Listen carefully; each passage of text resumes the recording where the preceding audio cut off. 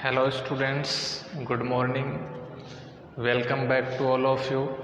Students, अपना topic चल रहा था वॉइस का, और वॉइस के अंदर हमने लास्ट वीडियो में इम्पेरेटिव सेंटेंस के बारे में पढ़ा था।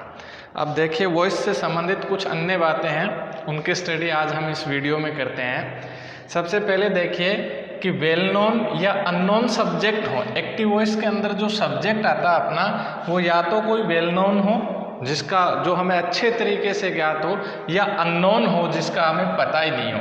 ऐसा यदि कोई सब्जेक्ट आ जाता है किसके अंदर, एक्टिव वॉइस के अंदर, तो these subject are not written as object in passive voice. ऐसे जो वेल नोन और अननोन जो सब्जेक्ट्स आते हैं एक्टिव वॉइस में, उनको एज ऑब्जेक्ट पैसिव वॉइस के अंदर नहीं लिखा जाता है। इनमें से कुछ के मैंने एग्जाम्पल भी लिखे हैं, जैसे पीपल है, ऑल पीपल है, समवन है, समबॉडी है, ऑल है, नो वन है, नन है, नो बॉडी है। हाँ, ध्यान रहे, यदि सम पीपल है, मैनी पीपल है, तो वो वेल नोन सब्जेक्ट नहीं होगा, उसको हम लिखेंगे पीपल है, और ऑल पीपल है तो ये वेल नोन सब्जेक्ट माना जाएगा। एग्जाम्पल के अंदर देखिए, फर्स्ट में मैंने लिखा people speak English all over the world. तो इसको हम चेंज करते हैं पैसिव वॉइस में, तो सबसे पहले क्या करते हैं, ऑब्जेक्ट को सब्जेक्ट बनाते हैं। तो सब्जेक्ट बन गया इंग्लिश। क्या बन गया, इंग्लिश। स्पीक है, स्पीक को देख करके प्रेजेंट सिंपल, तो हेल्पिंग वर्ब इसके अंदर अपनी आ गई is. Third form spoken, all over the world. By people लिखने की आवश्यकता नहीं है, क्योंकि ये वेल नोन सब्जेक्ट है। जो इंग्लिश स्पीक करने का, लैंग्वेज को स्पीक करने का जो कार्य है वो कौन कर सकते हैं, पीपल कर सकते हैं। तो इसको इसके अंदर नहीं लिखा जाता है, वेल नोन सब्जेक्ट हो गया। दूसरा देखिए, someone stole my pen, someone stole my pen. इसके अंदर ये जो समवन है ये अननोन सब्जेक्ट है, तो इसको भी नहीं लिखते हैं। तो इसको हम जैसे पैसिव में चेंज करेंगे, फर्स्ट में अपना क्या बनेगा कि my pen, stole second form है, तो हेल्पिंग वर्ब आ गई अपनी was stolen. My pen was stolen. ये समवन है, वो क्या है अपना अननोन सब्जेक्ट है, तो इसको हम पैसिव वॉइस के अंदर ऑब्जेक्ट के रूप में नहीं लिखते हैं। नेक्स्ट में देखिए, हाँ देखिए, जो अपना नो बॉडी है और नो वन या नन है, ये आते हैं, तो इनको भी हम क्या मानते हैं, अनइम्पोर्टेंट सब्जेक्ट मानते हैं। लेकिन नो बॉडी और नन दोनों जो वर्ड हैं वो क्या करते हैं, सेंटेंस को नेगेटिव बनाते हैं। जैसे nobody can do it, कोई भी ये नहीं कर सकता, तो जो नहीं का सेंस है वो कौन सा वर्ड दे रहा अपना, नो बॉडी। या no one will help you, तुम्हारी सहायता कोई भी नहीं करेगा, तो नहीं करेगा ये वर्ड कौन सा वर्ड दे रहा है, ये सेंस, नो वन। तो ये दोनों ही जो वर्ड हैं वो क्या कर रहे हैं, सेंटेंस को नेगेटिव बनाते हैं।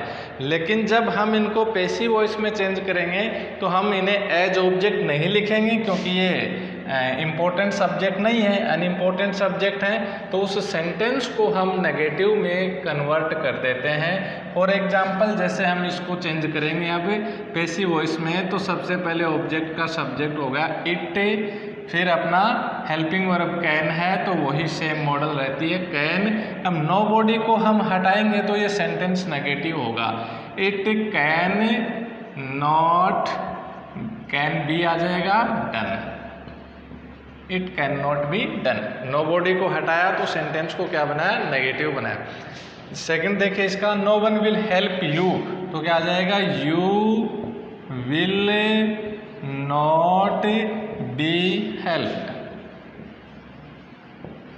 You will not be help, क्योंकि नो वन को हटाना है, नो वन अनइम्पोर्टेंट है, तो ये जो नेगेटिव वाला सेंस देता है, तो इसको हटाएंगे तो सेंटेंस को क्या कर देंगे, नेगेटिव कर देंगे।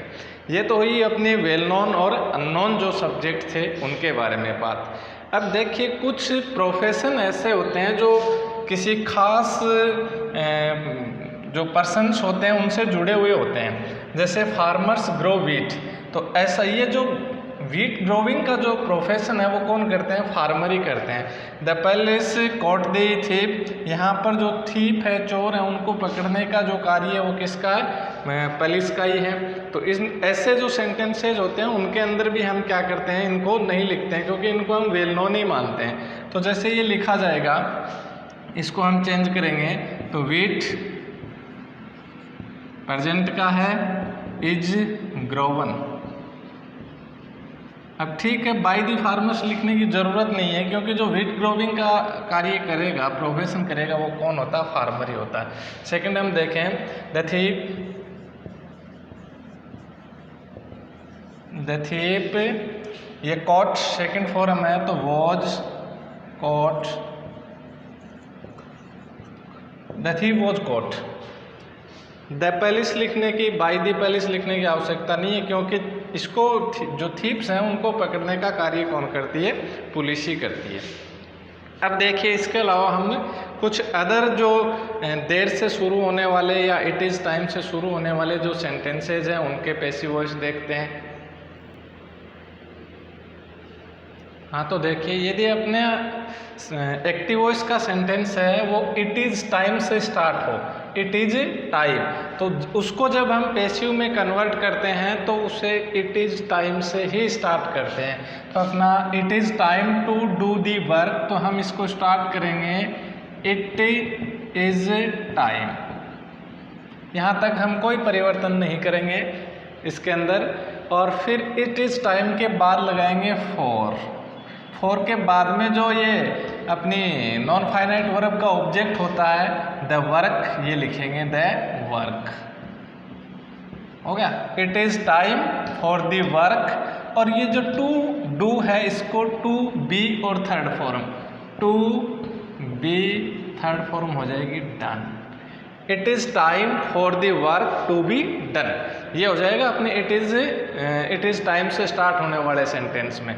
नेक्स्ट जैसे it is time to open the shop, तो क्या बनेगा इसका passive voice?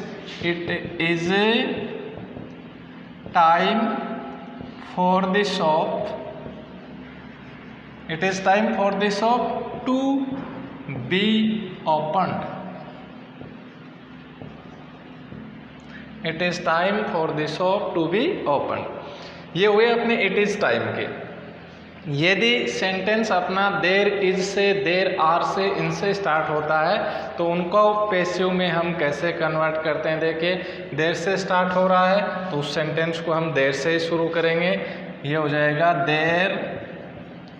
There is nothing to do, कोई परिवर्तन नहीं करना है, सेम रखना है, टू के बाद बी और थर्ड फॉर्म कर देनी।